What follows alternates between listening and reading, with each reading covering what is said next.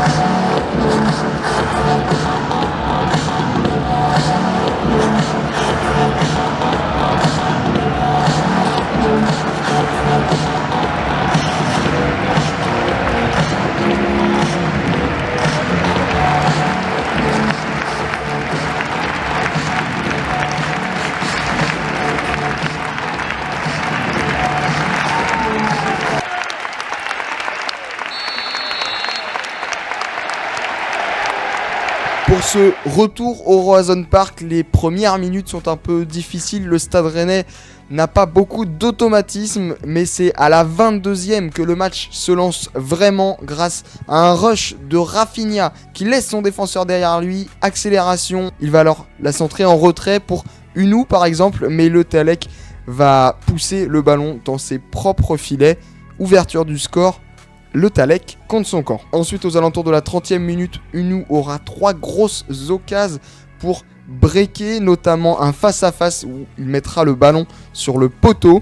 Un des tournants du match sera à la 40e minute avec Mollet qui va nous faire une prise de karaté carrément sur Mawassa. Sonné, Fetou ne se relève pas. D'abord, l'arbitre va donner un jaune au milieu montpelliérain, puis va aller vérifier à la VAR et finalement va mettre un carton rouge pour Mollet. Il ne bronche pas, ira s'excuser à Mawassa et sortira du terrain. Avec ce carton rouge pour Montpellier, on pensait que Rennes allait dérouler en seconde période. Pourtant, les Rennais se font endormir par les Montpelliérains qui toucheront notamment le poteau sur une reprise de Arnaud Souquet. Rennes commet beaucoup de fautes et prend de nombreux cartons rouges pour le deuxième match de suite en Ligue 1.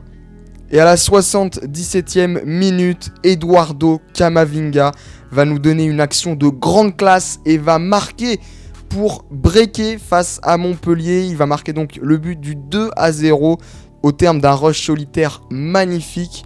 Tout y est, dribble, finition, c'est parfait. Et Camavinga marque au bon moment pour redonner confiance aux Rouges et Noirs. À la 91e, un but anecdotique où il devance de la tête Damien Da Silva.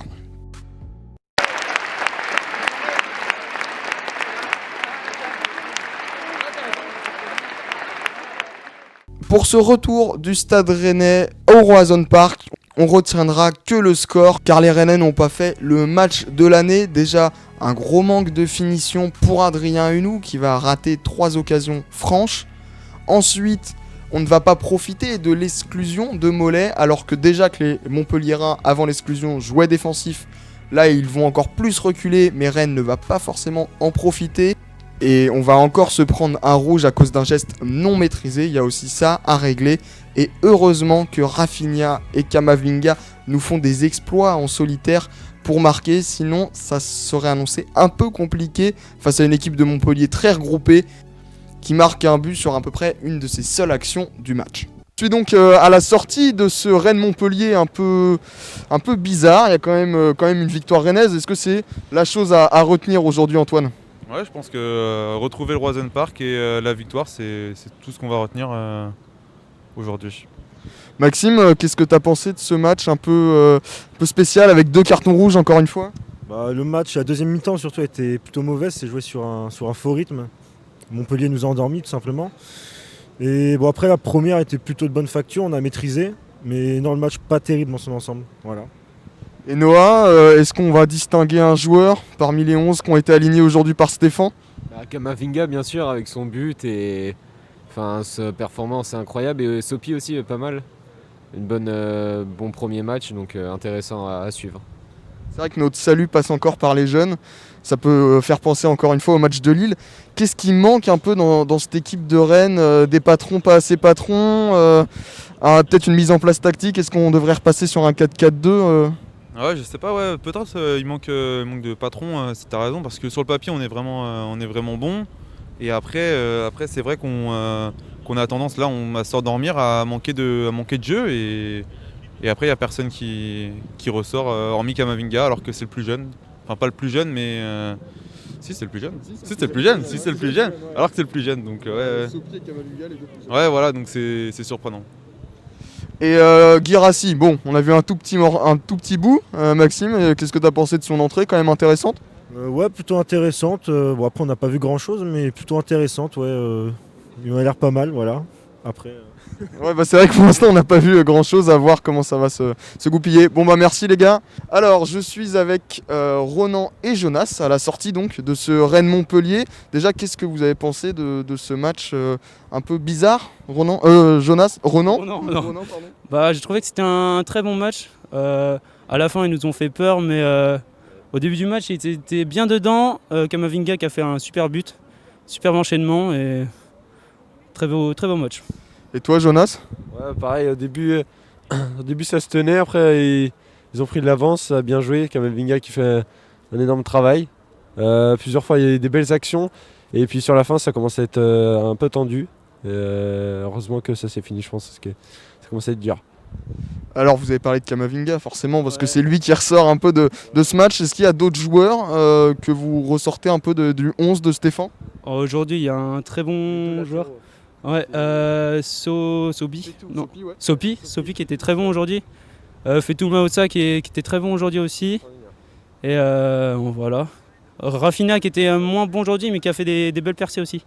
Ouais, c'est vrai que Rafinha, le premier but était vraiment beau. Toi Jonas, directement t'as dit les latéraux quoi. Qu'est-ce que tu retrouves chez eux ? Je crois que c'était Fetou il me semble plusieurs fois il déborde sur le côté devant le but et c'est super fort sur les appuis, il résiste à pas mal de coups d'épaule et à chaque fois il remet la balle au centre. Malheureusement il n'y a pas but mais super solide sur les courses. Alors, quel joueur, par contre, vous avez peut-être moins aimé aujourd'hui, lesquels vous avez trouvé un peu en dedans? Notre nouveau joueur qui est arrivé aujourd'hui, qui a pas fait son entrée comme je le pensais. Il a loupé une belle tête sur un centre de Moassa, je crois.